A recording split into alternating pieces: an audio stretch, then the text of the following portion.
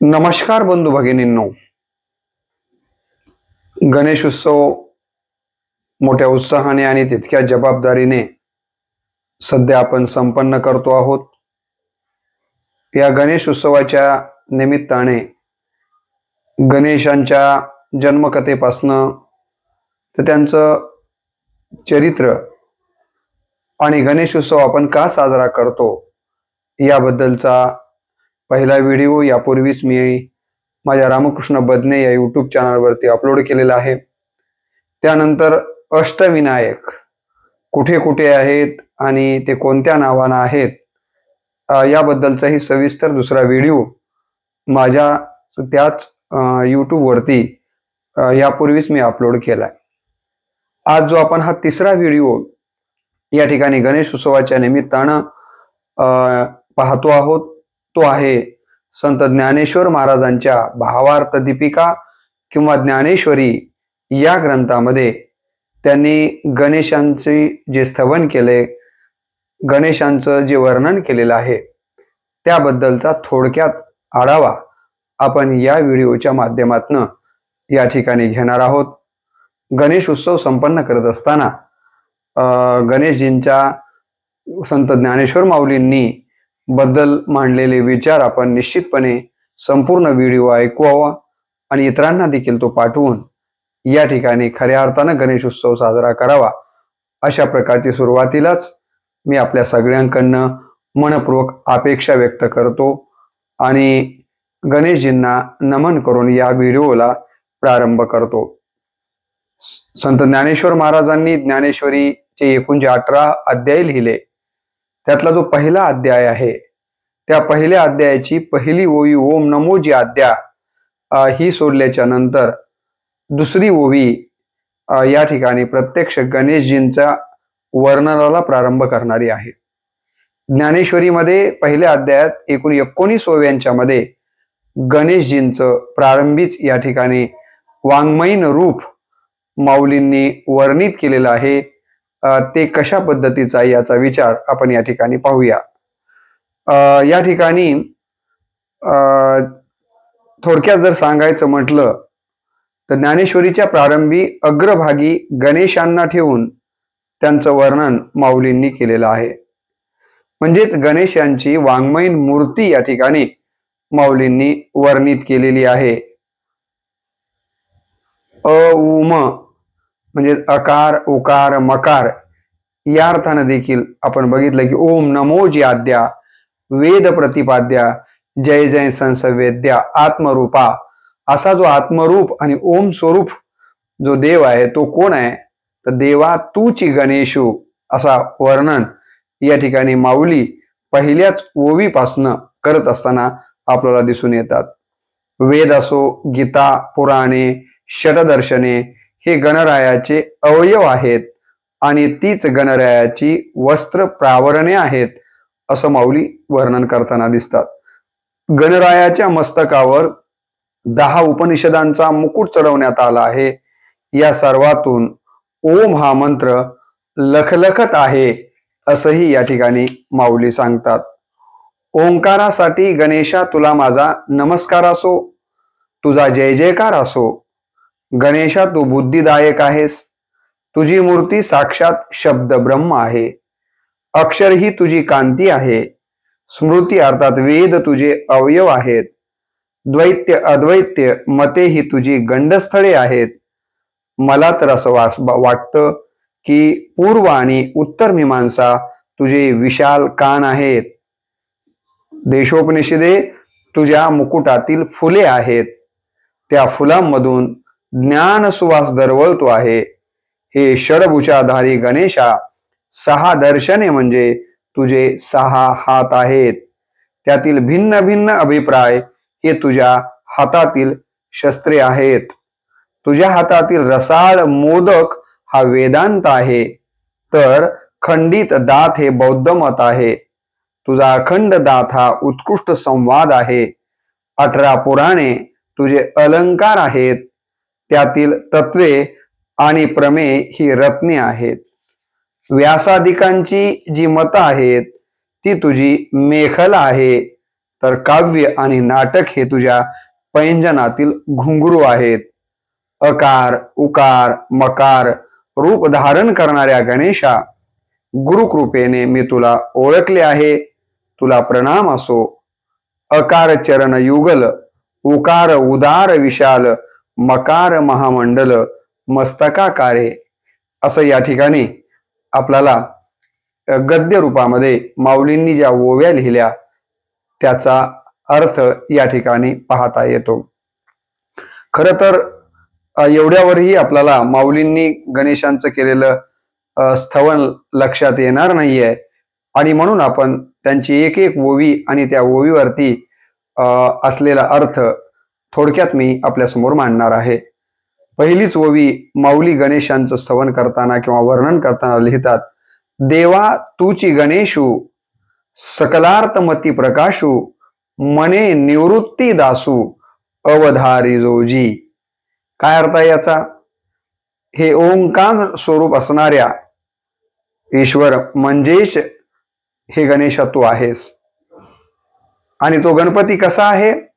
तर माऊली म्हणतात की सकलार्थमती प्रकाशू. मती म्हणजे बुद्धी, सगळ्यांच्या बुद्धीमध्ये प्रकाश निर्माण करणारे, म्हणजेच सकल अर्थमतीत म्हणजेच बुद्धीत प्रकाशित करणारे, म्हणजे बुद्धीत अर्थाचे प्रकाशन करणारे जर कोण असतील तर हे गणेशजी तुम्ही आहात.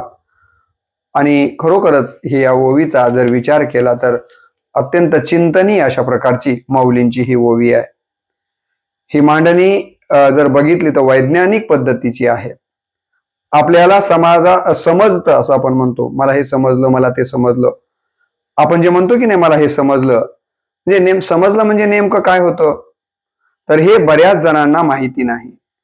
मेंदूत समजण्याची क्रिया होत असते. पुस्तकातून किंवा श्रवणातून प्रथम विषय मेंदूपर्यंत जातो. तिथं ऐकलेल्या किंवा वाचलेल्या विषयाचं विश्लेषण होतं कुठं? मेंदूमध्ये. मग तो अर्थ आपल्या मेंदूत प्रकाशित होतो असं विज्ञान सांगतं. गणपती हे सकल अर्थ मेंदूत प्रकाशित करणारे आहेत, म्हणून सकल मती प्रकाशू असं म्हटलं गेलेलं आहे. म्हणजे ती एक ज्ञान शक्ती आहे. कोण? गणेशजी. जी आपल्याला अपेक्षित आहे. धन आहे, सत्ता आहे, शरीर आहे, परंतु जर मेंदूत अर्थ प्रकाशित होत नसेल तर त्या व्यक्तीला मंदबुद्धीच म्हणावं लागेल. सर्व असूनही तो शून्यच होतो. एखाद्याच्या जवळ काहीच नसतं पण ज्ञान आहे म्हणून तो सर्व काही त्या ज्ञानाच्या आधारावरती मिळवू शकतो. निवृत्तीदास ज्ञानदेव म्हणतात, सर्वांच्या बुद्धीला ज्ञानाचा प्रकाश देणारा हे गणेशा तूच आहेस. असा या पहिल्या ओवीचा अर्थ आपल्याला या ठिकाणी पाहता येतो.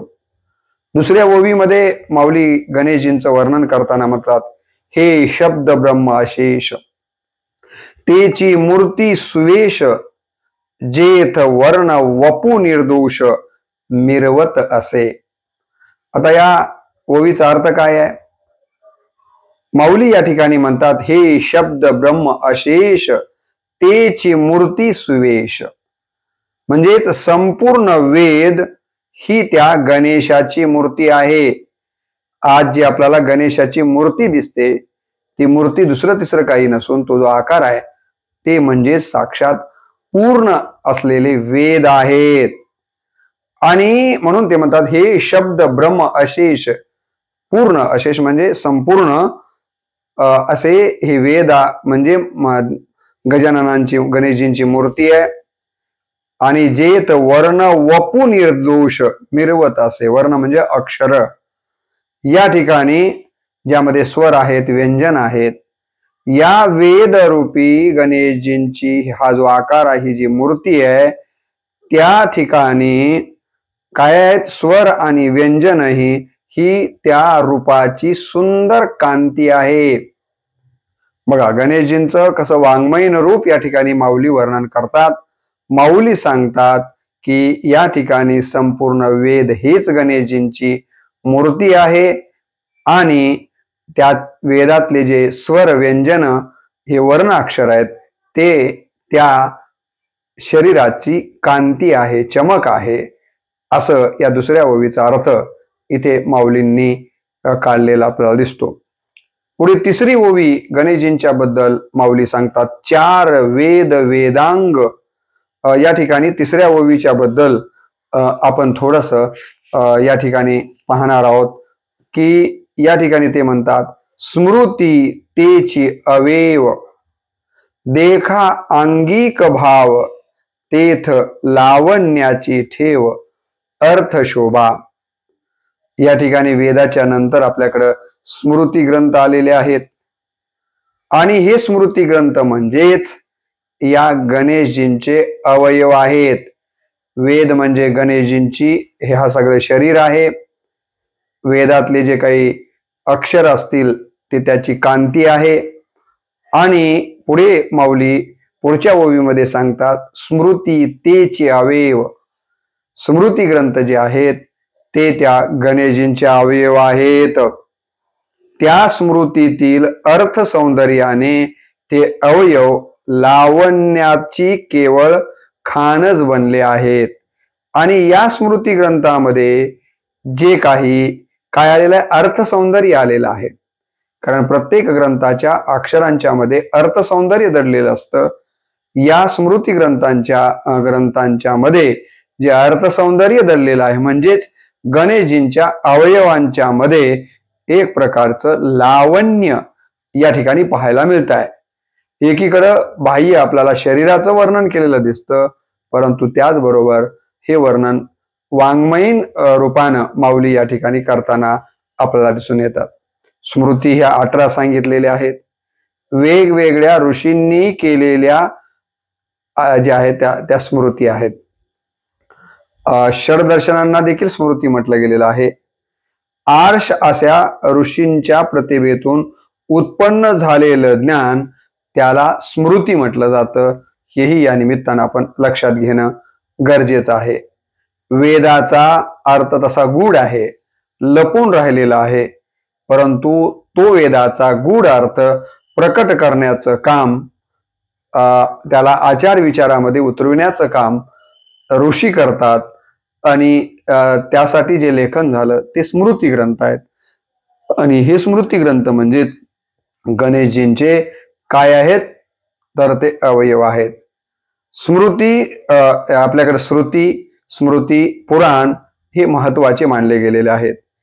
आणि हे देखील निर्दोष आहेत. जसे वेद निर्दोष आहेत तसे स्मृती आणि त्याचबरोबर पुराण हे देखील निर्दोष आहेत. आणि म्हणून गणेशजींचे अवयव हे स्मृती आहेत असं या ठिकाणी म्हटलं गेलेलं आहे.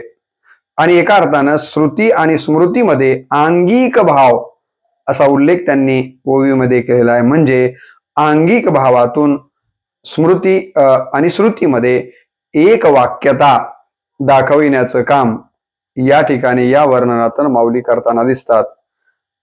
या ठिकाणी माऊली म्हणतात की स्मृतीमध्ये जो अर्थ लपलेला आहे किंवा अर्थाची शोभा म्हणजे स्मृती हे अवयव झाले तर अर्थाची शोभा त्या अवयवाचं लावण्य आहे. ही गोष्ट इथं लक्षात घेणं गरजेचं आहे.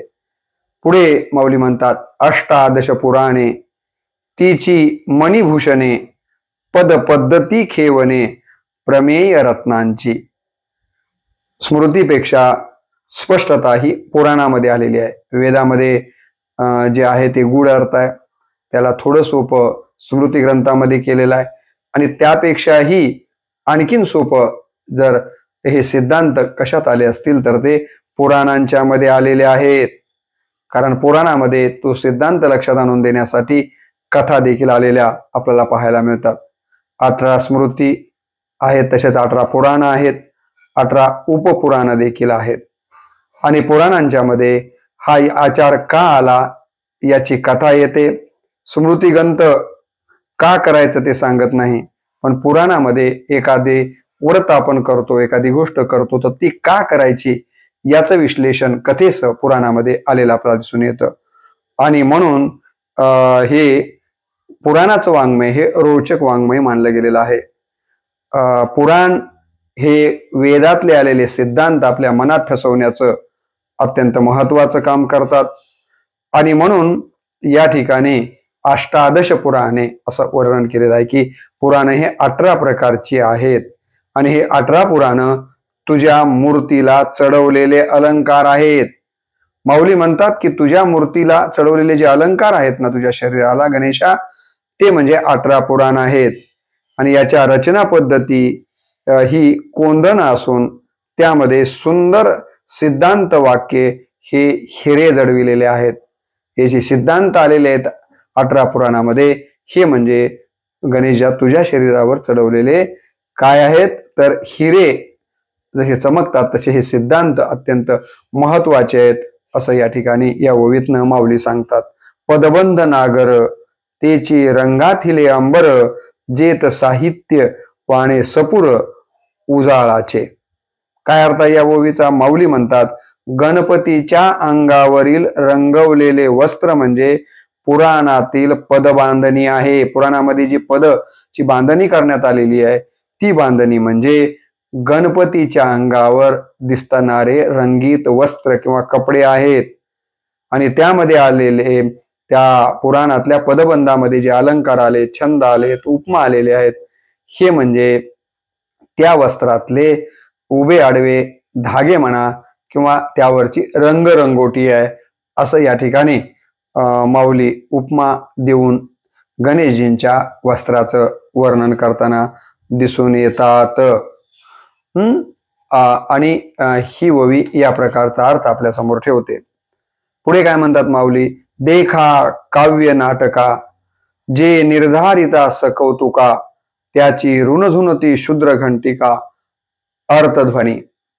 या ठिकाणी काव्याला आणि नाटकाला अत्यंत महत्वाचं स्थान साहित्यामध्ये असलेलं आपल्याला दिसून येतं. आणि अशा पद्धतीनं काव्य आणि नाटकामध्ये जो अर्थध्वनी ध्वनित होतो, हे अर्थध्वनी म्हणजे दुसरं तिसरं काही नाहीये तर गणेशजींच्या पायातील घागऱ्यातली रुंजुनणारी जे घंटा आहेत त्या घंटा म्हणजे दुसरं तिसरं काही नाहीये तर काव्य आणि नाटकातील अर्थध्वनी आहेत असं या ठिकाणी वर्णन माऊली इथे करताना आपल्याला पाहायला मिळतात. पुढे माऊली सांगतात की नाना प्रमेयांची परी, निपुणपणे पाहता कुसरी, दिसती उचित पदे माझारी, रत्ने भारी. म्हणजे काय म्हणतात माऊली? मार्मिक दृष्टीनं पाहिलं म्हणजे त्यातील श्लेषांच्या पर्यायांची उत्तम स्थले हीच कोणी ह्या घागऱ्यामधील रत्ने शोभतात. जे नाना प्रमेय आलेले आहेत पुराणांच्या मध्ये, वेदांच्या मध्ये, तर हे जे नाना प्रमेय आहेत, हे जे प्रमेय आहेत तेच खऱ्या अर्थानं गणेशजींच्या घागऱ्यातल्या रत्नाप्रमाणे चकाकणारी आहेत, चमकणारी आहेत, आपल्याला दृष्टी देणारी आहेत असं या ठिकाणी माऊली या ओवीतनं सूचित करतात. तेत व्यासादिकांची मती, तेची मेखळा मिरवती, चोखाळपणे झळकती पल्लव सडका. व्यासादिकांची बुद्धी हीच त्यावरील मेखलेल्या किंवा कमरेला जो शेला आहे त्या शेल्याला या ठिकाणी शोभते आहे व त्या बुद्धीचा सरळपणा मेखलेल्या पदराच्या शेंड्याप्रमाणे झळकतो असं व्यासांच्या बुद्धीचं आणि गणेशजींच्या या ठिकाणी मेखलेचं वर्णन इथं माऊली करतात. इथं शरदर्शनकाराचं वर्णन माऊलींनी केलेलं आहे. हे 6 दर्शनकारातले जे 6 ऋषी आहेत त्यामध्ये पतंजली आहे, कनादांचं दर्शन आहे, गौतमांचं दर्शन आहे, कपिलचं दर्शन आहे, जैमिनी आणि व्यास हे शरदर्शन करते याचं वर्णन या ठिकाणी माऊली करतात. ही 6 दर्शन वेदाला मानतात. गणपतीचा कमरपट्टा हे षडदर्शन आहे अशा पद्धतीचं वर्णन माऊली या ठिकाणी करतात. देखा षडदर्शने मणिपती, तेची भुजांची आकृती, मनोनी विसंवादे धरिती आयुधे हाती. या ठिकाणी माऊली सांगतात की 6 शास्त्र हेच गणपतीचे 6 हात आहेत.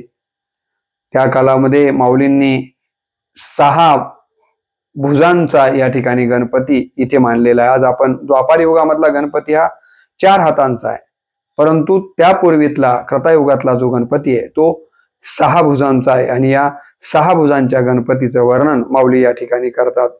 6 शास्त्रे जे आहेत हेच गणपतीचे 6 हात आहेत. षडदर्शन हेच गणपतीचे 6 हात आहेत आणि त्यातील भिन्न भिन्न अभिप्राय त्या हातातील निरनिराळी शस्त्रे आहेत असं या ठिकाणी माऊलींनी इथं वर्णित केलेलं आहे. मी यापूर्वी आपल्याला सांगितल्याप्रमाणे गणपती इथं 6 हातांचा आहे. ज्या 6 हातामध्ये वेगवेगळे आयुध आहेत त्याचं वर्णन माऊली इथं करताना आपल्याला दिसून येतात. तरी तरकू तेची फरशू, एका हातामध्ये फरशू आहे.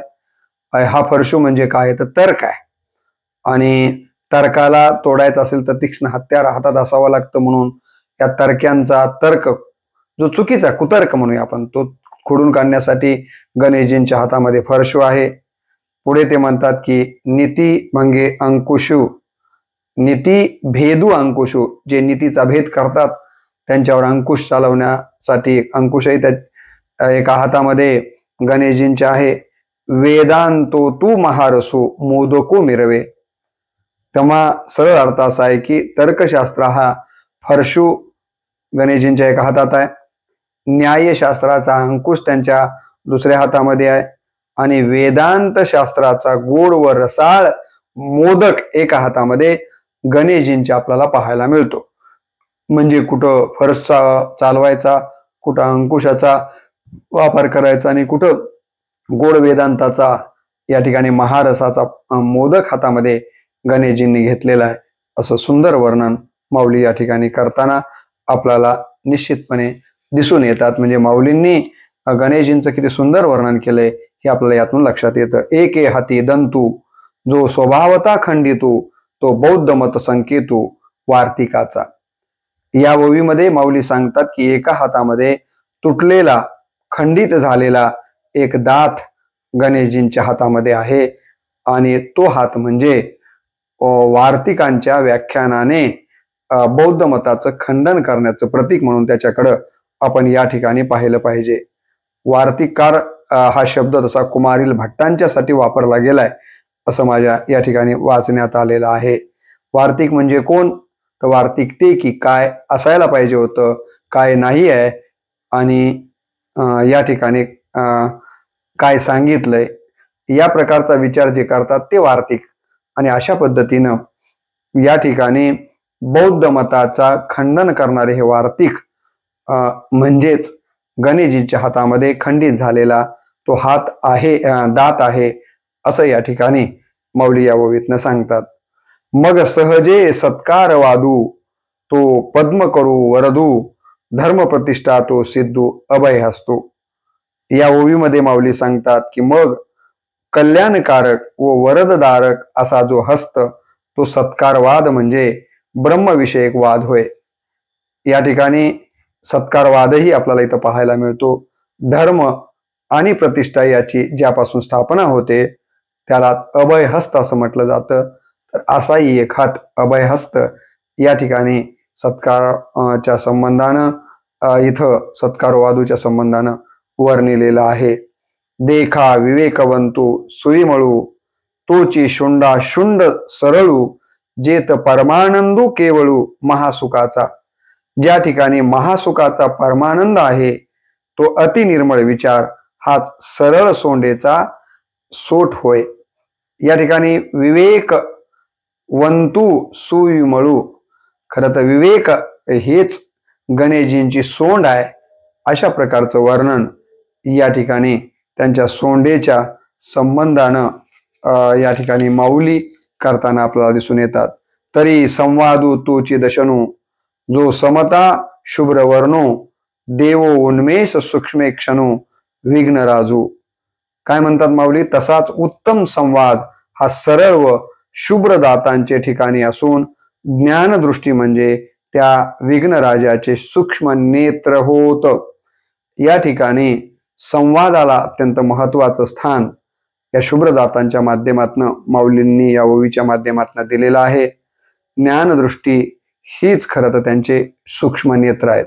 हे जे बारीक बारीक डोळे आहेत याचं कारण त्यांच्याकडे असलेली ज्ञानदृष्टी हेच संकेत हे डोळे दाखवतात असं ही वर्णन गणेशजींच्या डोळ्यांचं करताना इथे आपल्याला पाहायला मिळतं.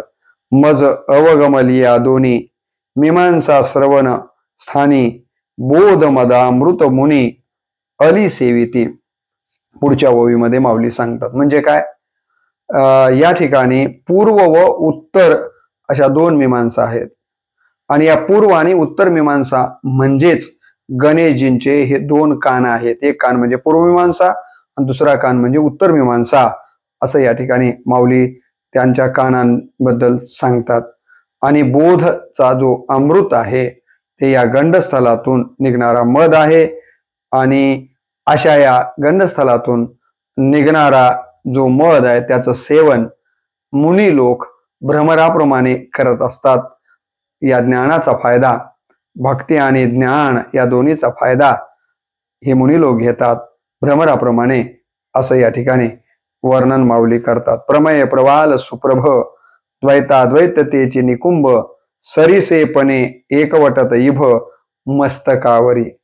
त्यातील प्रमेय हीच गंडस्थल वरील पोवळ्यांच्या ठिकाणी असून एकाच तात्पर्याचे या ठिकाणी असे द्वैताद्वैत सिद्धांत हे गंडस्थलांच्या ठिकाणी शोभतात असंही वर्णन या ठिकाणी माऊली पुढे करताना दिसतात. उपरी दशोपनिषदे जिये उदारे ज्ञान मकरंदे निये कुसुमे मुकुटी सुगंधे शोभती भली.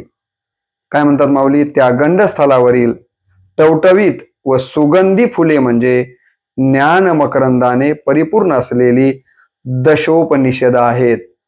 या ठिकाणी हे सुगंध फुलं त्या मुकुटावरचे जे दिसतात ते दुसरं तिसरं काही नसून दशोपनिषद आहेत असं वर्णन माऊलींनी केलेलं आहे. आणि माऊली म्हणतात अकार चरण युगल. हे आकार म्हणजे ओम मधला आकार हे त्यांचे दोन पाय आहेत, चरण आहेत. उकार हे त्यांचं काय आहे, विशाल हृदय म्हणजे हृदय आहे. आणि या ठिकाणी अकार उकार मकार हे त्यांचा मोठं डोकं आहे असं या ठिकाणी वर्णन माऊली करतात. म्हणून ओंकारातील आकार हा दोन्ही चरणाच्या ठिकाणी आहे, उकार हा विशाल उदराच्या ठिकाणी आहे व मकार हा सर्व या ठिकाणी अवयवामध्ये श्रेष्ठ असा मस्तकांच्या ठिकाणी आहे असं माऊलींनी या ठिकाणी वर्णन करून गणेशजींची वर्णन करणारी शेवटची ओवी माऊली लिहितात. हे तिन्ही एकवटले ते त शब्द ब्रह्म कवळले ते मिया श्री गुरु कृपे नमिले आदी बीज.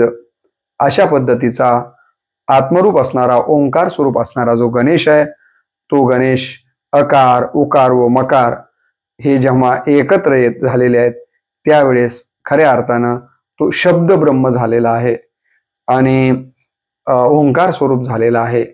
अशाला नमन करता येत नाहीये, परंतु अशा या आदी बीजाला मूळ बीजाला मी नमन करू शकत नाही, तेवढी माझी ताकद नाही आहे.